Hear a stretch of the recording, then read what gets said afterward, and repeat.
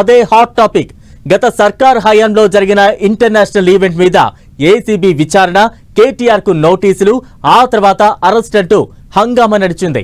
ఇప్పుడు all of sudden గా మళ్లీ తెర మీదకు వస్తోంది ఫార్ములా ఈ కార్ రేస్ కేసు. తనకు మళ్లీ నోటీసులు ఇస్తారని కేటీఆర్ అనుమానిస్తున్నారంట. ఈ అసెంబ్లీ సెషన్ లోపే ఫార్ములా ఈ కార్ కేసులో సంచలనాలు ఉంటాయా?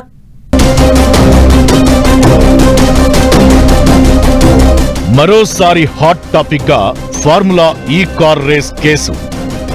ఈ కార్ రేస్ కేసు దర్యాప్తు తుది దశకు చేరుకుందా? అసెంబ్లీ సమావేశాల్లోపే కేటీఆర్ విచారణ, అరెస్టు ఉంటుందా? ఫార్ములా ఈ కార్ రేస్ కేసు మరోసారి రాజకీయ వేడిని రాజేస్తోంది. గతంలో కేటీఆర్ కు ఏసీబీ నోటీసులిచ్చి విచారించింది. ఆ తరువాత కోర్టు విచారణలతో ఇన్నాళ్లు పెద్దగా ఎక్కడా ప్రస్తావనకు రావడం లేదు ఫార్ములా ఈ car race case. BRS working president KTR చేసిన కామెంట్స్ తో ఈ కేసుపై మరోసారి ఆసక్తికర చర్చ జరుగుతోంది. ఈ అసెంబ్లీ బడ్జెట్ సెషన్ లోపే తనకు నోటీసులిచ్చేందుకు ఏసీబీ సిద్ధమవుతోందని కేటీఆర్ అనుమానం వ్యక్తం చేయడం హాట్ టాపిక్ అవుతోంది. ఈసారి విచారణతో పాటు కేటీఆర్ అరెస్టు కూడా ఉంటుందన్న ప్రచారం బీఆర్ఎస్ వర్గాలను ఆందోళనకు గురి చేస్తోందట. గులాబీ పార్టీ సిల్వర్ జూబ్లీ వేడుకలకు సిద్ధమవుతున్న వేళ ఈ కార్ రేస్ కేసు ఏ మలుపు తీసుకుంటుందోనన్న ఉత్కంఠ కొనసాగుతోంది. ఫార్ములా ఈ కార్ రేస్ వ్యవహారంలో పెద్ద ఎత్తున అవినీతి జరిగిందని, నిబంధనలకు విరుద్ధంగా కోట్ల రూపాయలను విదేశాలకు తరలించారని కాంగ్రెస్ ప్రభుత్వం ఆరోపిస్తోంది. దీంతో గత బీఆర్ఎస్ హయాంలో మున్సిపల్ శాఖ మంత్రిగా పనిచేసిన బీఆర్ఎస్ వర్కింగ్ ప్రెసిడెంట్ కేటీఆర్ తో పాటు పలువురు అధికారులపై ఏసీబీ కేసు నమోదు చేసింది. దీంతో కేటీఆర్ పేరును ఎఫ్ఐఆర్ లో నమోదు చేయడంతో ఆయన హైకోర్టును ఆశ్రయించారు. తనపై ఏసీబీ నమోదు చేసిన ఎఫ్ఐఆర్ ను కొట్టేయాలని కేటీఆర్ పిటిషన్ వేయగా విచారణకు హాజరు కావాల్సిందేనని హైకోర్టు తేల్చి చెప్పింది. దీంతో ఏసీబీ విచారణకు హాజరయ్యారు కేటీఆర్.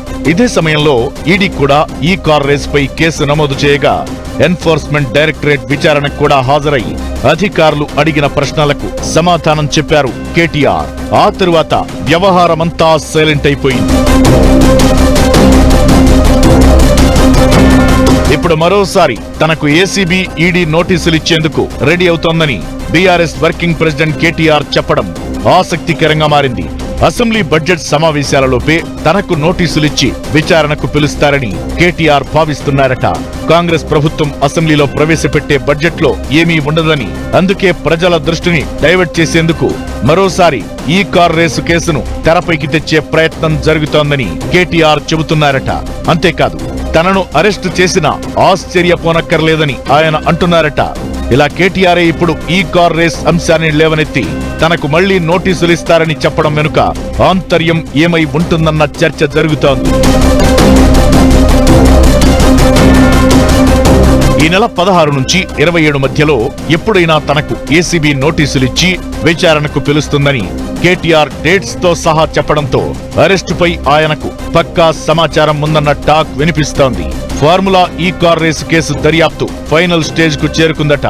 అందుకే తనకు ఏసీబీ మరోసారి నోటీసులు ఇవ్వబోతున్నట్లు కేటీఆర్ చెప్పినట్టు తెలుస్తోంది. అయితే ఈసారి కేవలం నోటీసులిచ్చి విచారణకు పిలవడంతో సరిపెట్టకుండా అరెస్టు చేస్తారని కేటీఆర్ అనుమానించడం బీఆర్ఎస్ వర్గాలను ఆందోళనకు గురి చేస్తోందట. బీఆర్ఎస్ పార్టీ ఆవిర్భావ దినోత్సవం సందర్భంగా సిల్వర్ జూబ్లీ వేడుకలకు సిద్ధమవుతున్న సమయంలో కేటీఆర్ అరెస్ట్ అయితే పరిస్థితి ఏంటన్న దానిపై గులాబీ పార్టీలో చర్చ జరుగుతోందట. పార్టీ అంతర్గత సమావేశాల్లోనూ కేటీఆర్ అరెస్ట్ అయితే తదుపరి కార్యాచరణ ఎలా ఉండాలన్న దానిపై సమాలోచనలు చేస్తున్నట్లు టాక్. కేటీఆర్ చెప్పినట్లు ఏసీబీ నోటీసులు ఇస్తుందా, వ్యవహారం అరెస్టు వరకు వెళుతుందా అనేది చూడాలి మరి.